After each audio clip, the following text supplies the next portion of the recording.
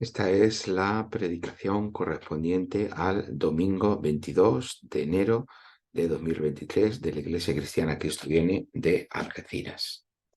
El texto de referencia para nuestra predicación de hoy es el Evangelio de Mateo, capítulo 5, versículos 1 al 20. Con este pasaje leemos o comenzamos hoy con la enseñanza de Jesús conocida como el Sermón del Monte y con su introducción en lo que también se conoce como las bienaventuranzas. Pero antes de empezar la predicación previamente dicha, debemos hacer algunas precisiones. En primer lugar, debemos ser conscientes de que el Sermón del Monte no se reduce a las bienaventuranzas, muchas veces porque es lo primero que tenemos y muchas veces es porque es lo único sobre lo que se predica cuando se predica sobre el Sermón del Monte, o se vuelve a él de forma fragmentaria sin tener referencia a que estamos dentro del Sermón del Monte. Tenemos esa eh, igualación entre bienaventuranzas y Sermón del Monte. Una cosa se reduce a la otra. Sin embargo, si leemos el texto, vemos que el Sermón del Monte comienza en el versículo 1 del capítulo 5, donde se nos dice que Jesús subió al monte, hasta el versículo 1 del capítulo 8, donde se nos dice que Jesús bajó del monte. Así que el conocido como Sermón del Monte, esto que predica Jesús estando en un monte, no se nos especifica dónde, abarca desde el capítulo 5 hasta el capítulo 7 de, en este caso, el Evangelio de Mateo. En otros evangelios, pues ocupará otra extensión, pero en este caso, Mateo capítulos 5 al 7. En segundo lugar, esta palabra bienaventuranza con la que comienza este Sermón del Monte nos resulta un tanto confusa, tanto en cuanto no es una palabra de uso corriente para nosotros hoy y tampoco la entendemos demasiado bien. ¿Qué es lo que quiere decir? ¿Qué es lo que implica? ¿Qué es lo que significa? La palabra en español proviene de la traducción del texto bíblico al latín y, bueno, pues eso no nos ayuda demasiado a comprenderla, ¿no? Así que necesitaremos explicar su sentido acorde con su contexto. En tercer lugar, se ha hablado mucho a lo largo de la historia del pensamiento cristiano acerca de estas bienaventuranzas y del Sermón del Monte en términos globales, como se ha solido entender como una elevada enseñanza ética y moral, a veces solo aplicable a una élite de cristianos, por ejemplo, eh, en el monacato, ¿no? Para los monjes, para las personas de vida consagrada, etcétera, etcétera, o como algo extraordinariamente difícil de cumplir. Por eso debemos deshacer un poco estas, a mi juicio, malas interpretaciones o malas comprensiones de lo que es la enseñanza del Sermón del Monte, recolocándolo en su mundo de significado, del mundo de significado al que pertenece. Lo vamos a ver a lo largo de la predicación. En primer lugar, lo que tenemos que hacer, como siempre hacemos en nuestra perspectiva, la que presentamos aquí cada domingo, no debemos perder la narrativa no podemos perder de vista la narrativa de Mateo, ¿no? Para comprender un texto necesitamos situarlo dentro de su contexto y el contexto siempre tiene una articulación narrativa, ¿no? ¿Qué es lo que Mateo nos está contando? Cómo nos lo está contando es el elemento fundamental para entender aquello que Mateo quiere comunicarnos. Hasta ahora, lo que hemos visto del Evangelio de Mateo, salvo la introducción, que ya vimos que Jesús es presentado como Mesías, como Rey, como Hijo de Dios, como Dios con nosotros. Esta es la presentación que Mateo hace de Jesús. A continuación, después vimos cómo Jesús cruza el Jordán por medio de su bautismo, o ese bautismo es un paso simbólico metafórico del cruce del Jordán, al igual que el pueblo de Israel cruzó el Jordán para entrar a la tierra prometida, y como en su bautismo fue designado como rey, como siervo de Dios. Por tanto, representante de Israel para llegar a ser luz del mundo. Pero también vimos cómo Jesús, y esto lo vimos la semana pasada, tuvo su propio peregrinaje por el desierto, igual que lo tuvo el pueblo de Israel, y donde fue puesto a prueba, al igual que Israel, por medio del hambre, de la sed, de la duda, y por poner la confianza en aquello que no es Dios. Pero la diferencia entre Israel y Jesús fue que donde Israel fracasó, Jesús obtuvo la victoria. Y a partir de este episodio, de esta victoria, el mensaje de Juan el Bautista de que el reino de Dios está cerca, pues Jesús comienza a predicar como el reino de Dios ya se ha acercado, ¿no? Ya está en marcha.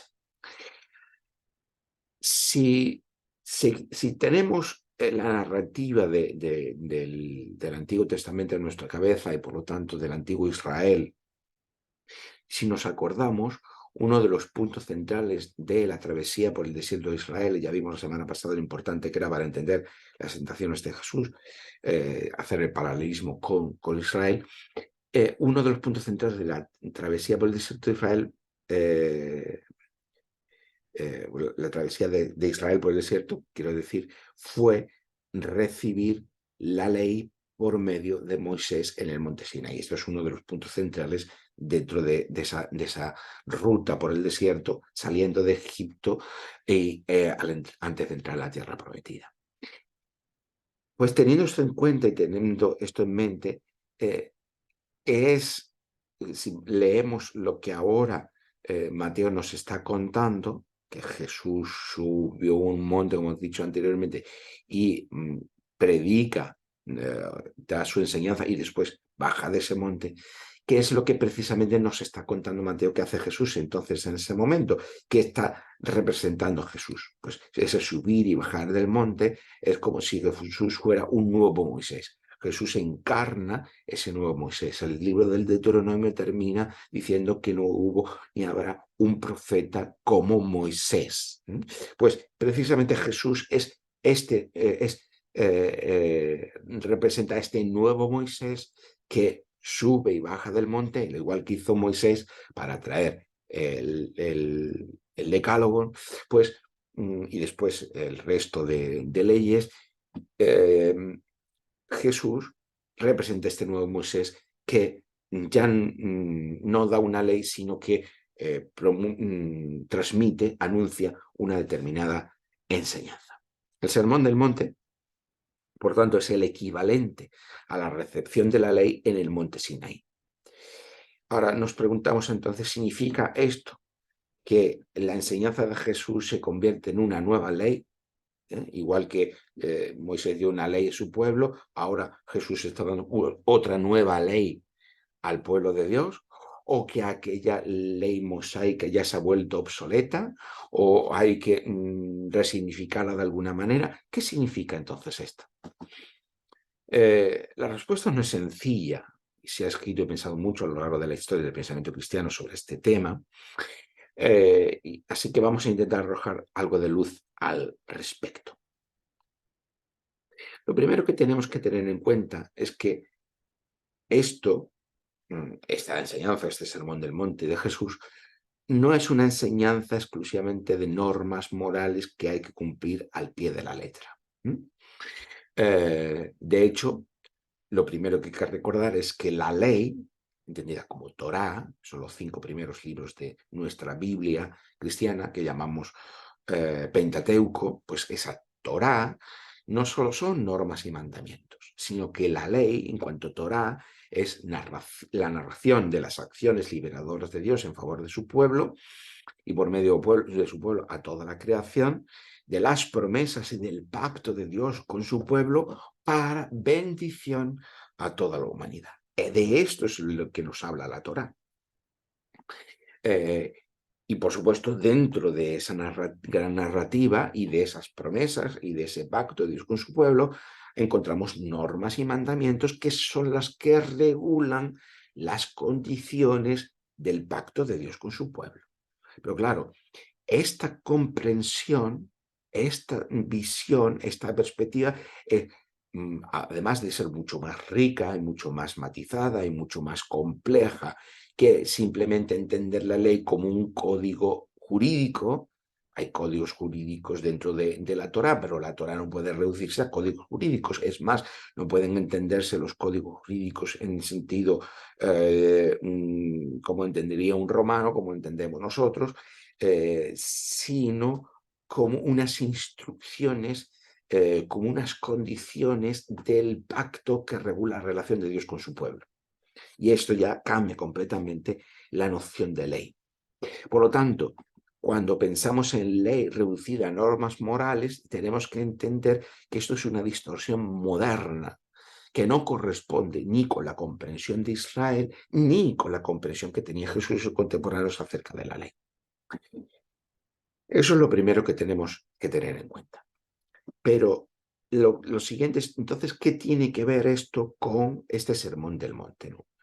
¿Qué tiene que ver esta ley, esta narrativa, estas promesas que se dan en la Torá, este pacto de Dios con su pueblo, con lo que Jesús está enseñando aquí en el sermón del monte como un nuevo Moisés? Si hemos atendido de manera atenta y paciente la lectura del Evangelio de lo que llevamos hasta ahora en estos primeros 4 capítulos, y ahora estamos ya en el 5º y nos va a llevar hasta el capítulo 7º en las próximas 2 semanas, la respuesta no puede sino hacérsenos evidente, ¿no? Si ya estamos familiarizados con todo lo que Mateo nos ha dicho desde el principio y cómo nos ha ido presentando a Jesús, pues ahora ya nos va a parecer esto bastante evidente. Porque lo que el Sermón del Monte tiene que ver no es con una ética elevada o con una moralidad elevada, aunque esto esté presente de alguna forma implícitamente en el Sermón del Monte, pero no es esto lo que es el Sermón del Monte. El Sermón del Monte tiene que ver con el Evangelio. Ese Evangelio que Mateo nos está presentando desde el primer momento de su texto, al que llamamos por extensión Evangelio, que el Evangelio no es otra cosa que el anuncio de una buena noticia. Esto es el Evangelio, el anuncio de una buena noticia. ¿Cuál es la buena noticia? Pues como terminamos la semana pasada en el capítulo 4, versículo 17, Jesús diciendo: arrepentíos porque el reino de Dios se ha acercado. Esta es la buena noticia del Evangelio. Por lo tanto, el Sermón del Monte tiene que ver precisamente con este llegada del reino de Dios. Por tanto, como digo, vuelvo a repetir, no tiene que ver el Sermón del Monte con una ética elevada, con unas normas morales, con un reduccionismo moralista, o morales a seguir al pie de la letra, sino con que la llegada de la presencia de Dios, Dios está irrumpiendo por medio de su presencia encarnada ahora en una persona, en Jesús, y por tanto está transformándose la realidad. Esa realidad del reino de Dios produce una nueva manera de estar en el mundo, que es lo que nos transmite el Sermón del Monte, ¿vale? O sea, que es una nueva manera de estar en el mundo como consecuencia, como resultado de que Dios está irrumpiendo por medio de su presencia encarnada en la persona de Jesús en este mundo. Y ese es el sentido de lo que llamamos las bienaventuranzas. Esta palabra un poco extraña que ya a nosotros no nos dice nada, tiene que ver con que el reinado de Dios que está llegando, ¿no? Este reinado de Dios que está irrumpiendo, precisamente porque está ocurriendo eso, porque ahora está llegando el reino de Dios, hay motivos para alegrarse. Es la alegría al recibir las buenas noticias de la irrupción del reinado de Dios. Esto es el sentido de lo que nosotros llamamos las bienaventuranzas, que podríamos traducir como un alégrate por esas buenas noticias del reinado de Dios. Si hiciéramos una paráfrasis de esta palabra griega que es makarí, tendríamos que hacer precisamente, necesitaríamos para traducir la idea, es hacer toda esa paráfrasis en español que es alégrate, alégrate, o alégrense, o alegraos por estas buenas noticias del reino de Dios. Y se nos va nombrando una serie de destinatarios de esta alegría porque el reino de Dios está llegando. Se pueden alegrar o se van a alegrar tal o cual, aquel o el otro. Y esto es de lo que nos están diciendo las bienaventuranzas, ¿no? Esta alegría por la que inmensa, desbordante, porque el reino de Dios está llegando y el mundo está empezando a cambiar. Porque Dios reina, que ese es el mensaje fundamental del Evangelio, los pobres, los que tienen hambre, los que lloran, los que buscan la paz, los que tienen misericordia, los humildes, es decir, aquellos que no están en posiciones de honor y de poder, los que padecen persecución por causa de la justicia o por ser seguidores de Jesús, tienen un motivo para alegrarse.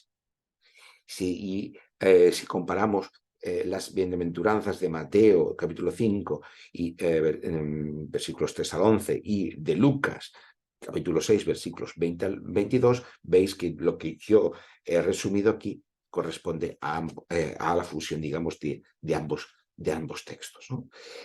Si el reino de Dios está llegando, entonces los pobres, los que tienen hambre, los que lloran, los que buscan la paz, los que tienen misericordia, los que no están en posiciones de poder, los que padecen persecución por causa de la justicia, todos estos tienen un motivo para alegrarse. Y se está diciendo, alegraos. Los que lloráis, los que tenéis hambre, los que tenéis sed, los que buscan la paz, los que tienen misericordia, alegraos, por fin está llegando el reino de Dios, el mundo va a cambiar, alegraos vosotros en primer lugar. No significa que esos son los únicos destinatarios, significa que son los primeros que se van a alegrar porque el mundo esté cambiando. Porque Dios reina. Y eso significa que va a poner orden en el mundo. Aquellos que sufren el desorden del mundo, se les anuncia la buena noticia que Dios va a devolver precisamente el orden al mundo, que va a poner cada cosa en su sitio, que va a sanar, que va a consolar, en definitiva, que va a ejercer su justicia. Porque cuando la Biblia habla de la justicia de Dios, no es una justicia retributiva para castigar al malo y premiar al bueno, sino es una justicia justificante. Es decir, es una justicia reparadora, una justicia que pone orden, es una justicia que sana, que consuela, que establece el orden perdido, que da a cada cosa su función original. Esto es la justicia de Dios. Por lo tanto, Dios reina, Dios va a poner el mundo en orden, va a hacer justicia y, por tanto, aquellos que en primer lugar están sufriendo el desorden del mundo son los que tienen el motivo para alegrarse. Y esto es de lo que nos hablan estas bienaventuranzas. Si cualquiera de nosotros nos dijera, se nos anunciara, si nos enteráramos de que todo lo malo que está ocurriendo actualmente en el mundo, en este momento, va a acabarse, claro que nos alegraríamos, sería un motivo de una alegría inmensa, ¿no? Quizás para aquellos que se benefician del orden del mundo, quizás no fuera tan buena noticia. Para los que se benefician de las posiciones de poder económico, político, religioso, etcétera, etcétera, quizás no fuera una buena noticia, pero para los que sufren el desorden del mundo, sí que es una buena noticia. Pues de eso es de lo que nos habla las bienaventuranzas.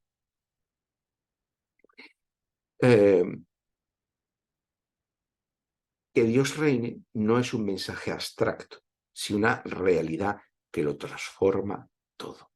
Y esto es de lo que nos enseña la Escritura, tanto en el Antiguo como en el Nuevo Testamento. Israel había sido elegido y llamado por Dios, ¿para qué? Para ser sal y para ser luz del mundo. Pero había fracasado porque había convertido su elección en su fundamento identitario y excluyente de todos los demás. Es decir, Dios había elegido a su pueblo para que a través de su pueblo, en un proceso histórico, fuera capaz ese pueblo de dar ser sal y luz al mundo para que todo el mundo conozca el Dios que se ha manifestado, que se ha revelado al pueblo de Israel. Pero, ¿qué hizo el pueblo de Israel? Primero, quitó su confianza de Dios para ponerlo en otros lugares, en otras instituciones, en otros, llamamos ídolos, en construcciones idolátricas, ¿verdad? Adorar lo que no es Dios y convertir esa elección en un fundamento identitario. El pueblo de Israel ha sufrido a lo largo de su historia indudables opresiones, persecuciones a manos de muchísimas potencias e imperios, y como una forma de supervivencia, en lugar de en una confianza puesta en Dios, puso una confianza en la elección como algo exclusivista, en que esa elección le otorgaba una posición por encima del resto de las naciones. Allí donde, como vimos la semana pasada, Israel fracasa, Jesús, representando a Israel, obtiene la victoria. Y por tanto, las condiciones del pacto se mantienen vigentes y por lo tanto Dios va a cumplir sus promesas a su pueblo y por tanto empieza a reinar sobre el mundo. ¿Por medio de quién? Por medio de un representante, que es Jesús, que es el rey de Israel y siervo de Dios. Eso ya lo vimos las semanas anteriores. Y como tal, Jesús se convierte en luz y sal del mundo. Dios reina por medio de Jesús, o Dios se convierte en rey por medio de Jesús. ¿Para qué? Para transformar el mundo.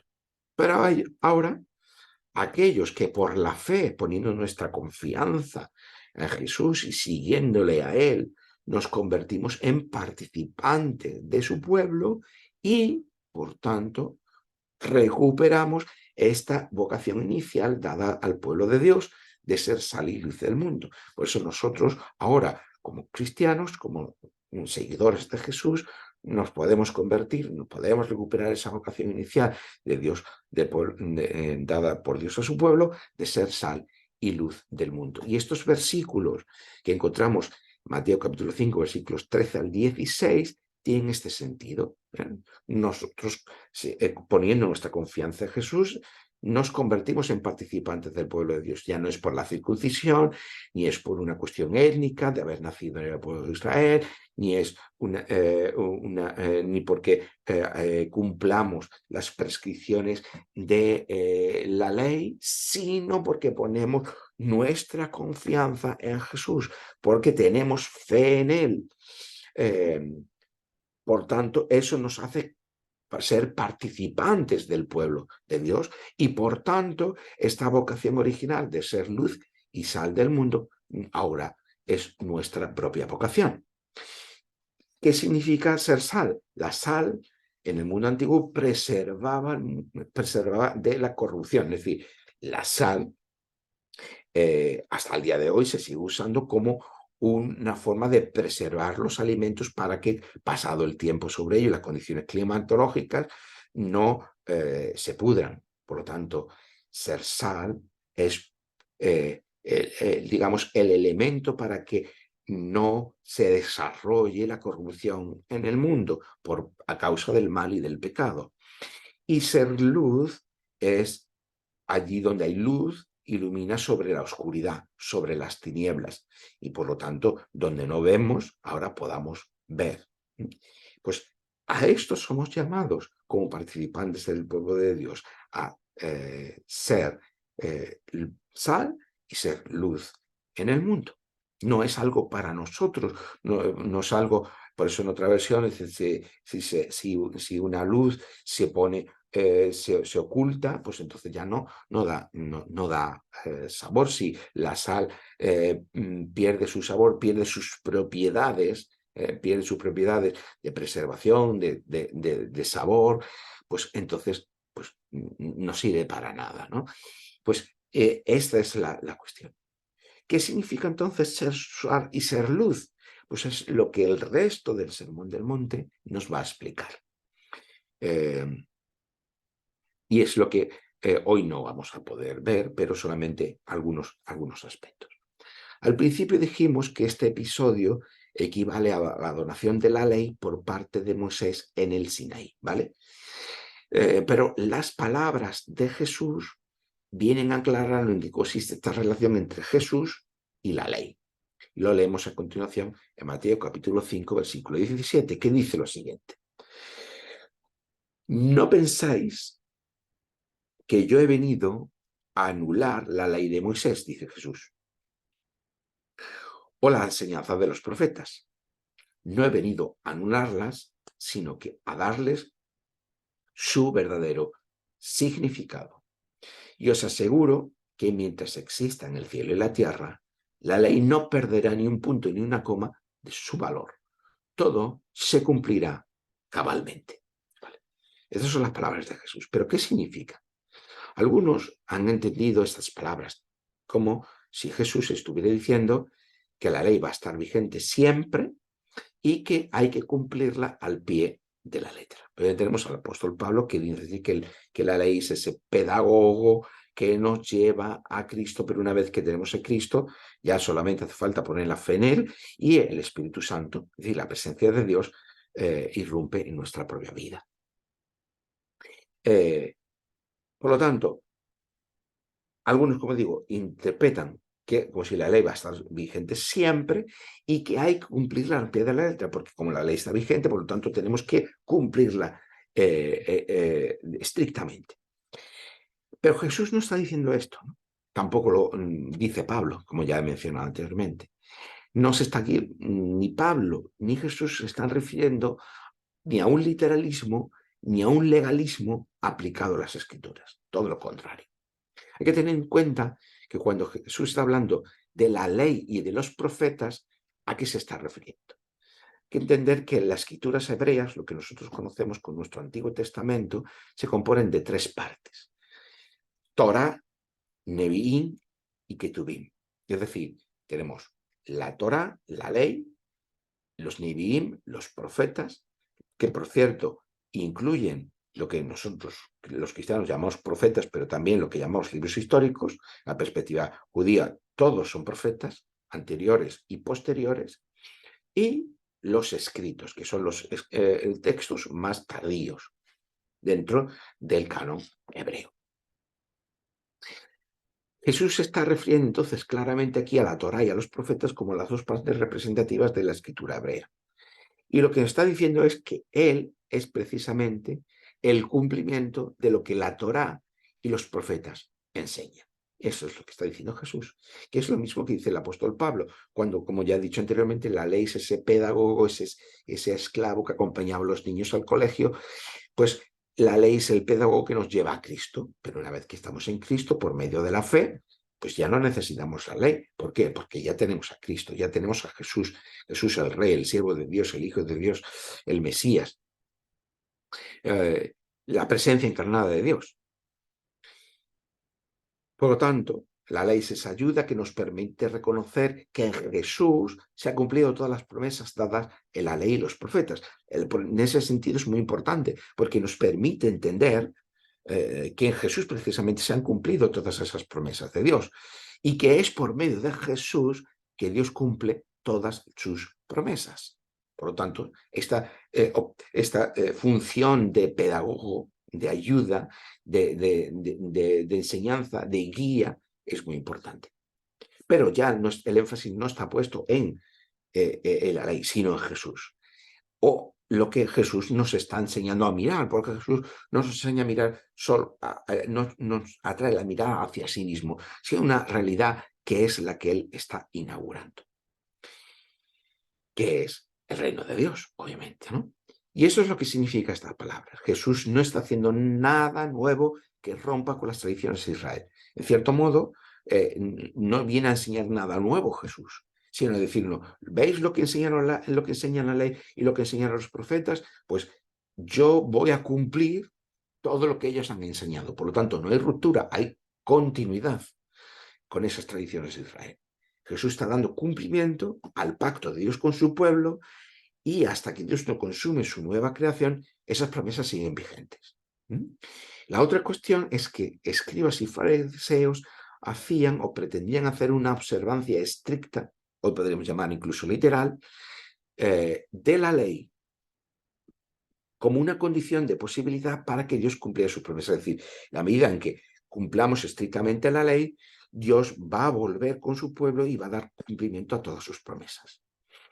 Y eso, pues, les colocaba a escribas y fariseos en una posición superior o de honor respecto al resto del pueblo judío dentro del pacto. Frente a eso, Jesús dice dos cosas. La primera cosa es la que dice Mateo 5, versículo 17. No he venido a anular ni ley ni profetas, sino a darle su verdadero significado, su verdadero, a cumplirlo. Esto es lo primero que dice Jesús. Jesús no dice que la ley ya no tiene vigencia, sino que va a encarnar su verdadero significado, en contraste con el significado que escribas y fariseos le están dando. O sea, habla de verdadero significado o de su verdadero cumplimiento, ya que Él es el cumplimiento de lo dicho por Moisés y los profetas. Por lo tanto, tenemos una interpretación alternativa a los que dicen los fariseos y los escribas, que eran los especialistas en el cumplimiento de la ley. Y la segunda cosa que encontramos es en Mateo 5:20, que dice, y os digo, si vosotros no cumplís la voluntad de Dios mejor que los maestros de la ley y que los fariseos, no entraréis en el reino de Dios. Es decir, está denunciando que la observancia de fariseos se escriba como algo equivocado. Y esto es el significado de las palabras de Jesús. No que Jesús nos está invitando a un cumplimiento estricto, puntilloso, literalista de la ley, sino que en Jesús con su vida, su muerte y su resurrección, pero ahora mismo estamos con su vida, va a dar cumplimiento a la ley y los profetas, aquellas promesas que Dios ha dado, porque tenemos que tener en cuenta que la ley no son normas solo, sino son una narrativa, la narrativa de las acciones salvadoras de Dios en favor de su pueblo y de toda la creación, y de unas promesas en el contexto del pacto de Dios con su pueblo. Pues Jesús está cumpliendo todo eso por medio de su vida. Y eso es lo que nos está diciendo. Pero además lo dice, y en cierto modo es lo que está diciendo, y los fariseos y los escribas están equivocados.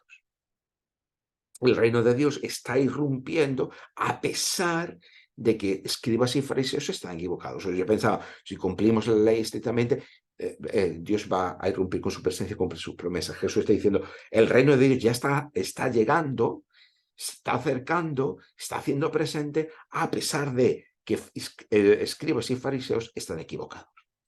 Este es el significado de las palabras de Jesús. Como muestra de estas dos cosas, de que Jesús trae el verdadero significado de la ley, que los fariseos y los escribas están equivocados, son los ejemplos que vamos a encontrar a continuación para hacernos comprender precisamente estos dos elementos. Jesús enseña lo que Mateo nos trae desde el capítulo 5, empezando el versículo 21 hasta el versículo 48. En esta sección de lo que llamamos el Sermón del Monte, es una ejemplificación de esto que ya hemos dicho y que hemos visto. Y por eso toda esta sección responde a un patrón que es, empieza el versículo diciendo, habéis oído que fue dicho, dice Jesús. Y lo encontramos esta fórmula, de forma más o menos parecida a esta, en el capítulo 5, como ya sabemos, pero en los versículos 21, 27, 31, 33, 38 y 43. Y a continuación de estos versículos, Jesús introduce una corrección. Pero yo os digo, y eso es versículo 22, versículo 28, versículo 32, versículo 34, versículo 39 y versículo 44. Podéis leer toda esta sección bajo esta estructura. En el primer conjunto de versículos que empiezan con habéis oído que fue dicho, se hace referencia a la ley, a algo que decía la ley, ¿vale? Y el segundo conjunto de versículos hace referencia a esa corrección o esa enmienda que Jesús está introduciendo respecto a esa ley. Lo que supone que ese verdadero significado que Jesús está dando a la ley ya no deriva del cumplimiento literal, como pretendían fariseos y escribas, al pie de la letra, sino de un uso de la ley, en primer lugar, dentro del contexto de la sociedad y la cultura en la que viven Jesús y sus oyentes, y si analizáramos, que no lo vamos a poder hacer hoy, pero lo haremos en las próximas semanas, cada uno de los contextos a los que se están refiriendo Jesús con las palabras o con la contextualización que hace de estas palabras de la ley, veríamos que tienen una contextualización muy concreta dentro de la sociedad y cultura en la que están viviendo, pero más importante que esto, a la luz de esa nueva realidad que está siendo anunciada, que es que el reino de Dios está llegando.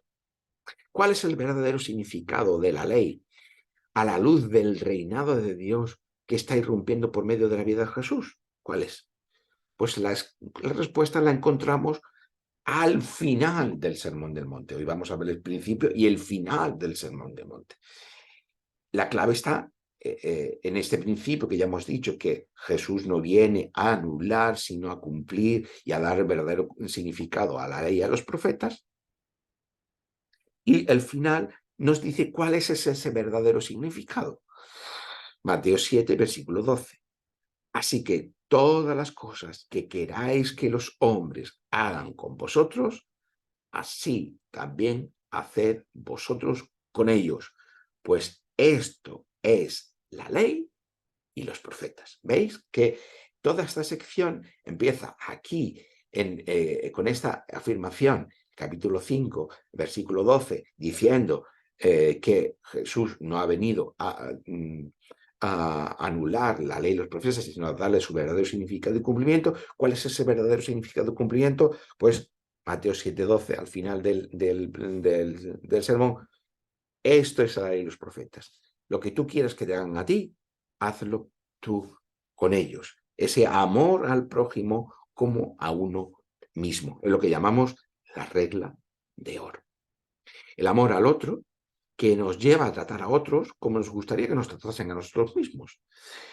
Y ese es lo que nos está enseñando Jesús, que es el verdadero significado de la ley de los profetas. ¿Por qué? Porque ese es el verdadero significado de la ley de los profetas.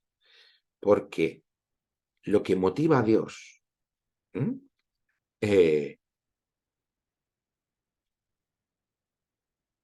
a cumplir sus promesas y ser fiel al pacto con su pueblo no es que su pueblo haya sido fiel, que su pueblo haya cumplido las condiciones del pacto obedeciendo la ley.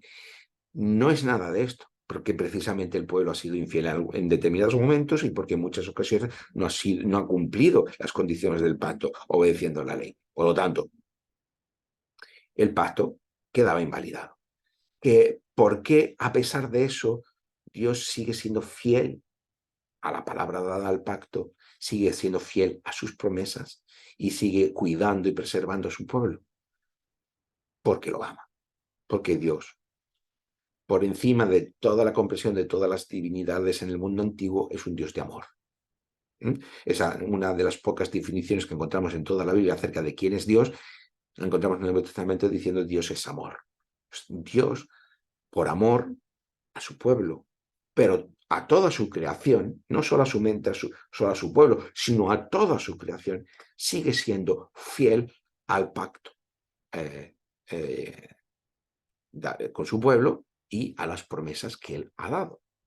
Precisamente porque el amor es el motor de lo que guía a Dios, diríamos, en términos humanos, diríamos, aquellos que pertenecen al pueblo de Dios, también estamos o debemos estar motivados precisamente por ese amor a Dios que se representa el amor al prójimo. y cómo mostramos amor al prójimo, no diciendo, no es una emoción, un sentimiento pasajero, sino es un ponernos en el lugar del otro y tratarle al otro, comportarnos con el otro, como nos gustaría que nosotros nos trataran. Esto es de lo que enseña precisamente el Sermón del Monte, y toda la enseñanza del Sermón del Monte va a girar en torno precisamente a esta estructura que hemos fijado, que hemos señalado en esta predicación. Por tanto, y ya estamos terminando, todos aquellos que ponen su fe, que confía. La fe, ya hemos dicho 3 veces, confianza, pero la fe también es lealtad, es fidelidad, es firmeza frente a las dificultades. Por lo tanto, poner nuestra fe es confiar, ser leales y fieles a lo que Dios ha manifestado por medio de Jesús. Por tanto, confiamos que Dios, por medio de Jesús, su Espíritu Santo, está irrumpiendo, está haciendo llegar, está manifestando, está irrumpiendo su reinado para poner orden en su creación. Y por lo tanto, confiamos en esta realidad, confiamos y también somos fieles y leales precisamente a esta relación de fidelidad y de amor que recibimos de Dios. Por tanto, quienes nos comprometemos con nuestra fe, nuestra fidelidad, nuestra lealtad a Dios en su autoentrega en Cristo, en Jesús, el Rey, el Siervo y el Espíritu Santo, nos convertimos en participantes de su pueblo, y por tanto nos convertimos en herederos de sus promesas. Ya no necesitamos nacer dentro de una familia judía, no necesitamos circuncidarnos, o no necesitamos cumplir la ley mosaica al pie de la letra para poder ingresar o formar parte del pueblo de Dios. Ahora, porque confiamos en Jesús como Mesías, Señor, Siervo, Hijo de Dios, y sabemos que Él ha inaugurado el reinar de Dios en el mundo, entonces nos convertimos en participantes de su pueblo y por tanto en herederos de sus promesas, de las promesas de Dios hechas a su pueblo. Y por eso mismo estamos nosotros también llamados a ser luz, a ser sal y a ser de bendición para otros. Estos somos llamados a ser luz, a ser sal y a ser bendición para otros. ¿Cómo? Por medio de esa regla de oro, tratándoles a ellos como nos gustaría que nos trataran a nosotros, amándoles. ¿Qué significa? Tratándoles a ellos como nos gustaría que nosotros nos trataran. Y a eso somos llamados todos aquellos que, comprometidos con la fe en Jesús, reconocemos que Dios está cambiando el mundo, o Dios va a consumar la transformación del mundo por medio de lo que ya inauguró a Jesús. A esto también invitamos a todos. La buena noticia es el anuncio de la llegada del reino de Dios, pero también una invitación a formar parte de esta realidad. ¿Y cómo formamos parte de esta realidad del reino de Dios y de su nueva creación? Por medio de poner nuestra confianza y nuestra fe en Jesús, como Mesías, como Rey, como Siervo, como Hijo de Dios, como presencia encarnada de Dios. A eso invitamos y eso esperamos con alegría y con muchas ganas de que más y más personas puedan sumarse, puedan comprometerse, puedan seguir y puedan formar parte de esta realidad del reino de Dios irrumpiendo en el mundo. A que así sea. Amén.